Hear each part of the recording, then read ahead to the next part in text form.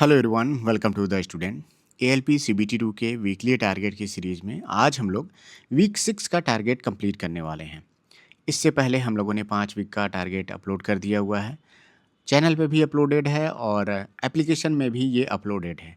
Application में अगर आप गाइडेंस बैच को ज्वाइन किए होंगे तो उसमें एक एडवांटेज आपको ये मिलेगा कि इसका पीडीएफ भी हम लोग वहाँ पे दे देते हैं, जिससे आपको बार-बार वीडियो देखने की ज़रूरत आपको नहीं पड़ती है। क्योंकि the student channel main focus इसी बात पे रखता है कि आपका हो सके जितना भी टाइम हो सके हम लोग आपका बचाएँ और इस बचे हुए टाइम में आप सेल्फ स्टडी करें, टेस्ट दें, अपने नोट्स का रिवीजन कर सकें। ये हमारा मेन फ़ोकस होता है, तो इसीलिए अगर आप उस बैच में जॉइन होंगे तो आपका समय भी बचेगा।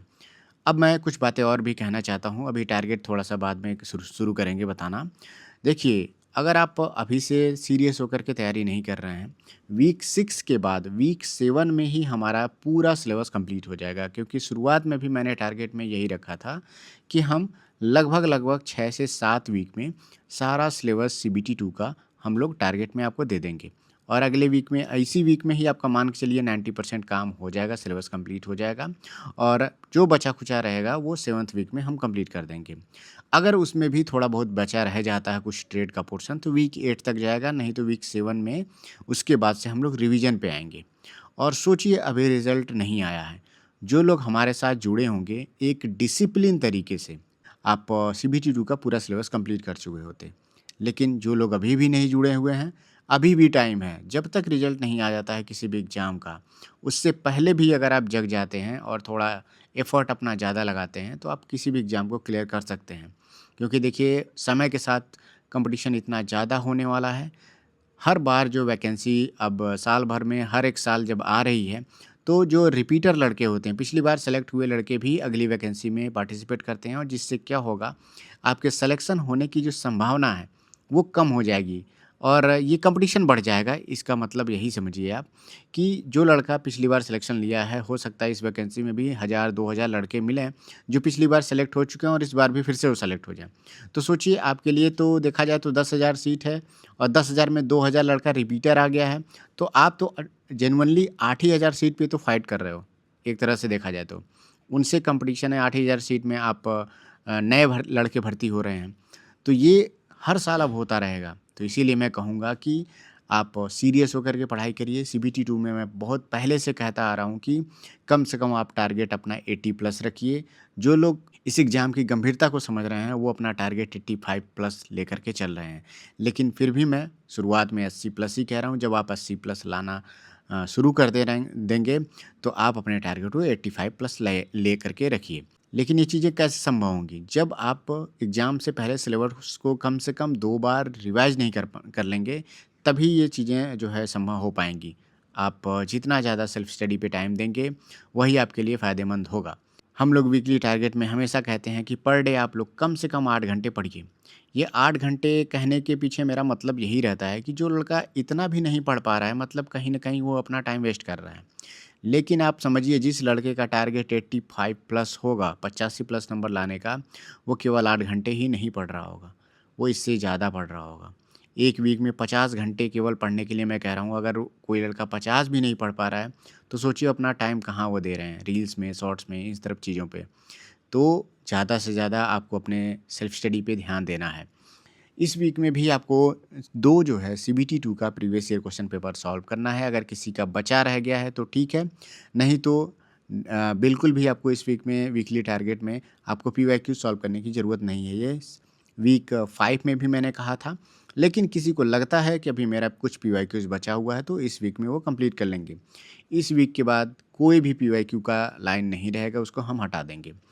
मैथमेटिक्स में हमने जो भी सिलेबस दिया हुआ है, लगभग-लगभग सारा अर्थमेटिक का पोर्शन हमने टारगेट में कंप्लीट कर दिया है वीक 5 तक। अब हमारा केवल वीक 6 में अलजेब्रा बचा हुआ है और केवल इस हफ्ते अलजेब्रा को कंप्लीट करिएगा। हालाँकि इसमें से क्वेश्चन ना के बराबर पूछे जाते हैं, लेकिन मैं चाहूँगा नहीं कि आपका कोई भी पोर्शन छूटे, क्योंकि जो लड़का 80 या 85 प्लस का टारगेट लेकर के चल रहा है, अभी रिजल्ट नहीं आया है, तो मैं चाहूँगा कि इससे पहले आप ज़्यादा से ज़्यादा सिलेबस कंप्लीट करिए। अभी बहुत सारे ऐसे लड़के हैं जो टेस्ट सीरीज़ पे ज़्यादा ध्यान दे रहे हैं, बहुत ज़्यादा टेस्ट दे रहे हैं। उनके लिए भी मैं अभी आगे बात करूँगा कि उनको क्या करना चाहिए, ऐसी गलती वो ना करें। इस पूरे हफ्ते में आपको अलजेब्रा कंप्लीट करना है, चाहे वीडियोज़ के माध्यम से कंप्लीट करिए, चाहे आप अपने नोट्स के माध्यम से कंप्लीट करिए, जैसे भी आपको कंप्लीट करना है आप करिए। कम से कम आपको हर एक चैप्टर से 50 क्वेश्चन के आसपास में लगाना है और एक बार ही आप लगाइएगा। जब ऐसे क्वेश्चन आपको पीवाईक्यूज़ में दिखें, तो आप उससे रिलेटेड क्वेश्चन आप उसको अच्छे से सॉल्व करिएगा। कम से कम 3 घंटे 4 घंटे आपको देने हैं। मिनिमम जो है कभी हो सकता है 1 दिन में 1 घंटे 2 घंटे लेक्चर का देखिए, लेकिन क्योंकि अलजेब्रा का पोर्शन बहुत ज़्यादा होता है, तो इसको हर एक दिन आप 1 से 2 घंटे दीजिएगा, तो 1 हफ्ते के अंदर पूरा अलजेब्रा एक बार में आपका रिवीजन और अच्छे से कवर हो जाएगा। अब यहाँ पे मैं एक बात कहना चाहता हूँ कि एक मैंने लाइन यहाँ पे ऐड की हुई है कि now we focus on revision daily only 40 question each chapter from the student by Surya sir की टेस्ट सीरीज से भी आप दे सकते हैं। मेरे कहने का ये मतलब है कि अब इसके बाद से हर दिन आपको मैथमेटिक्स के रिवीजन करने हैं, चैप्टर्स के रिवीजन करने हैं और डेली अधिक से अधिक 40 क्वेश्चन आपको लगाना है, इससे ज़्यादा नहीं लगाना है। 40 क्वेश्चन में आप कोशिश कर सकते हैं 2 चैप्टर कंप्लीट करने को लेकर के, चाहे तो आप 1 चैप्टर के भी 40 क्वेश्चन लगा सकते हैं। लेकिन डेली 1 घंटे में आप 1 से डेढ़ घंटे में 40 क्वेश्चन लगाइए और 1 चैप्टर का रिवीजन कंप्लीट। ये मैं रिवीजन पे इसलिए फोकस कर रहा हूँ कि जो भी क्वेश्चन आपके पेपर में 20 क्वेश्चन 25 क्वेश्चन आए, वो पूरे के पूरे सही हो जाएँ या फिर कोई एक क्वेश्चन आपका गलत हो, इससे ज़्यादा बिल्कुल भी गलत ना हो, तभी आपका जो टारगेट है 80 और 85 का पूरा होगा। जो लड़का पिछली वैकेंसी में अगर 70 नंबर या 75 नंबर लाया हुआ है, अगर वो इस वैकेंसी में 80 प्लस या 85 प्लस नहीं लाता है, तो मान के चलिए कि उसने कोई इम्प्रूवमेंट नहीं किया, अगर इस पेपर का लेवल सेम रहा है तो। ठीक है? तो जितना आपने पिछली बार में नंबर लाया हुआ है, उससे ज़्यादा ही नंबर लाना है, 5 नंबर, 6 नंबर, 7 नंबर बढ़ कर के लाना है। इसके लिए आपको ज़्यादा से ज़्यादा रिवीजन करना है। रीजनिंग में मैं पिछले कई वीक से भी कह रहा हूँ कि इसमें कोई भी आपको एक्स्ट्रा चीज़ें पढ़ने की ज़रूरत नहीं है, जो आप पीवाईक्यूज़ लगाते हैं, टेस्ट लगाते हैं, उससे आपका काम हो जाता है। इसके अलावा किसी को लगता है कि कोई मेरा रीजनिंग का पोर्शन कंप्लीट नहीं हुआ है या फिर उसमें मेरा वीक है, तो उससे रिलेटेड आप वीडियोज़ देख सकते हैं। लेकिन इस पे प्रैक्टिस अगर ज़्यादा करेंगे तो ज़्यादा फ़ायदेमंद होगा, क्योंकि रीजनिंग एक प्रैक्टिस का चीज़ होता है। आपका करंट टाइम में जब आप एग्ज़ाम देते हैं, टेस्ट देते हैं, तो उसमें उस सिचुएशन में कितना जल्दी आपका माइंड काम करता है उस क्वेश्चन को लेकर के, ये ज़्यादा ज़रूरी होता है। तो वो सारी चीज़ें आपको प्रैक्टिस से ही ज़्यादा समझ में आएँगी। वीडियो तो आपको क्वेश्चन को सॉल्व करने का एक आइडिया दे देता है, लेकिन जब प्रैक्टिस करेंगे तो इसमें आप अपना क्वेश्चन भी सॉल्व कर पाएँगे और समय भी बचा पाएँगे। तो ये काम आपको करना है और ये ज़रूर करने वाली बात मैंने पिछले वीडियो में भी कहा था कि एएलबी सीवीटी 1 के जो पेपर अभी हुए हैं आपके कंप्लीट जो हुए हैं, उसके पेपर आपको 1 वीक में 3 सॉल्व करने थे। पिछले वीक में 3 किया होगा आपने, इस वीक में भी आपको 3 पेपर सॉल्व करने हैं। अब आते हैं हमारा बेसिक साइंस और इंजीनियरिंग ड्राइंग को लेकर के। अब इसमें जो भी चैप्टर्स थे वो सारे कंप्लीट हो चुके हैं, कुछ ज़्यादा बचा नहीं है। इस वीक में आपको डेली 1 घंटा रिवीजन करना है, जो अभी आपने पढ़ा है, प्रीवियस नोट्स आपने बनाए हैं। इस वीक में मैं आपको कह देता हूँ किस चैप्टर का रिवीजन करना है। पहले यूनिट एंड मेजरमेंट चैप्टर का रिवीजन करिएगा, जो कि 1 घंटा तो मोर देन सफिशिएंट है यूनिट एंड मेजरमेंट का। अगर आपने अच्छे से पढ़ा है, तो रिवीजन करने के लिए तो 1 घंटा सफिशिएंट है। दूसरा हमारा है वर्क, पावर और एनर्जी। ये हो सकता है 1 से 2 घंटा टाइम ले रिवीजन को लेकर के। अगर आपने नोट्स बनाया है तो जल्दी-जल्दी में आप आधे घंटे में अपना नोट्स का रिवीजन कर सकते हैं, 2-3 पन्ने का नोट्स होगा आपका। और इस पे जो न्यूमेरिकल्स होंगे उसका उसका जो है आप प्रैक्टिस कम से कम 15-20 क्वेश्चन का न्यूमेरिकल का प्रैक्टिस आप कर लीजिएगा। मैं बार-बार आपको हर एक वीकली टारगेट में रिवीजन को इंक्लूड इसलिए कर रहा हूँ कि मैं नहीं चाहता हूँ कि किसी भी लड़के का जो चीज़ पढ़ लिया है और रिवीजन ना करने मात्र से उसका क्वेश्चन छूटे। और ये चीज़ आप अपने एकदम गाँठ बना के रखिएगा कि रिवीजन जो मैं कह रहा हूँ करने के लिए उसको ज़रूर करिएगा। एक चैप्टर या फिर कुछ क्वेश्चन आपका छूट जाए, मतलब आप उसको नहीं सॉल्व करें, ठीक है चलेगा, लेकिन रिवीजन करना मत भूलिएगा। ये आपकी पढ़ाई को बहुत ही मतलब शार्प करता है। मैं एक बहुत ही ईज़ी वे में एक एग्ज़ाम्पल बता रहा हूँ आपको। आप अपने बालों में तेल लगाते हो, केवल अपने बालों में आप तेल सर पे रख दो तो उससे ज़्यादा फ़ायदा नहीं होगा। तेल रखने के बाद आपको उसको बहुत अच्छे तरीके से मिलाना पड़ता है। एकदम जड़ तक ले जाने के लिए बार-बार आपको अपने हाथों को, उँगलियों को फेरना पड़ेगा। जड़ तक ले जा कर के उसको स्क्विच करना पड़ेगा। तभी जो है वो तेल जड़ों तक जाता है और उसका जो फ़ायदा है उस तेल का आपको मिलता है। यही काम आपको एग्ज़ाम में या प्रिपरेशन में करना होता है कि जब आप चीज़ों को पढ़ लेते हैं, तो उसको जब आप बार-बार रिवाइज़ नहीं करेंगे, जब आप उसका रिवीजन नहीं करेंगे तो आपका फ़ायदा नहीं होगा। जितना ज़्यादा आप रिवाइज़ करेंगे वो अच्छे से आपके दिमाग में जाता है और उस पर जो क्वेश्चन आते हैं आपके गलत नहीं होते हैं। दूसरा हमारा जो पॉइंट रहेगा ऑक्यूपेशनल सेफ्टी और हेल्थ को लेकर के 200 से 250 क्वेश्चन आपने कर लिया होगा। पिछले 2 वीक से मैं टारगेट में रखा हूँ और इससे ज़्यादा कुछ नहीं आता है। तो इस वीक में आप इस पर कुछ भी मत करिएगा, जो आपने पढ़ा है अगर आप चाहें तो रिवीजन कर सकते हैं। बाकी इतना तो सफिशिएंट है। इस वीक में आप चाहें तो इसको स्किप भी कर सकते हैं। इसकी जगह पे आप अपने ट्रेड पर टाइम दीजिए। वो ज़्यादा से ज़्यादा आपको चीज़ों को कवर करना है, क्योंकि उसका सिलेबस बहुत ज़्यादा है और आपने बहुत ज़्यादा पढ़ा भी नहीं है। तो इसको आप इस वीक में स्किप कर सकते हैं। जितना आपने पढ़ा है वो सफिशिएंट है।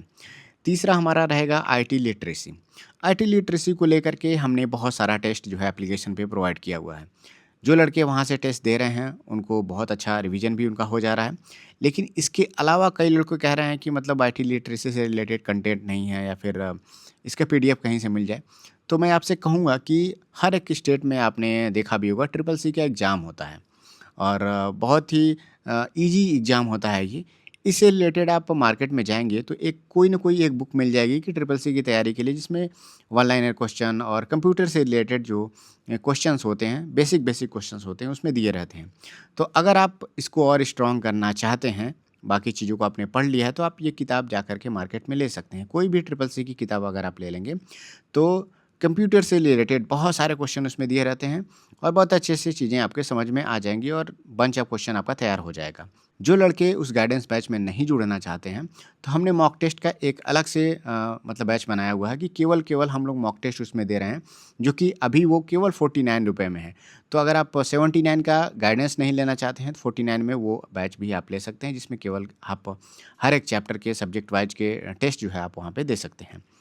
फोर्थ नंबर हमारा पॉइंट है इन्वायरमेंट, और इन्वायरमेंट में तो अभी ये 100 क्वेश्चन का जो हर एक वीक में जो टारगेट है वो चलता रहेगा।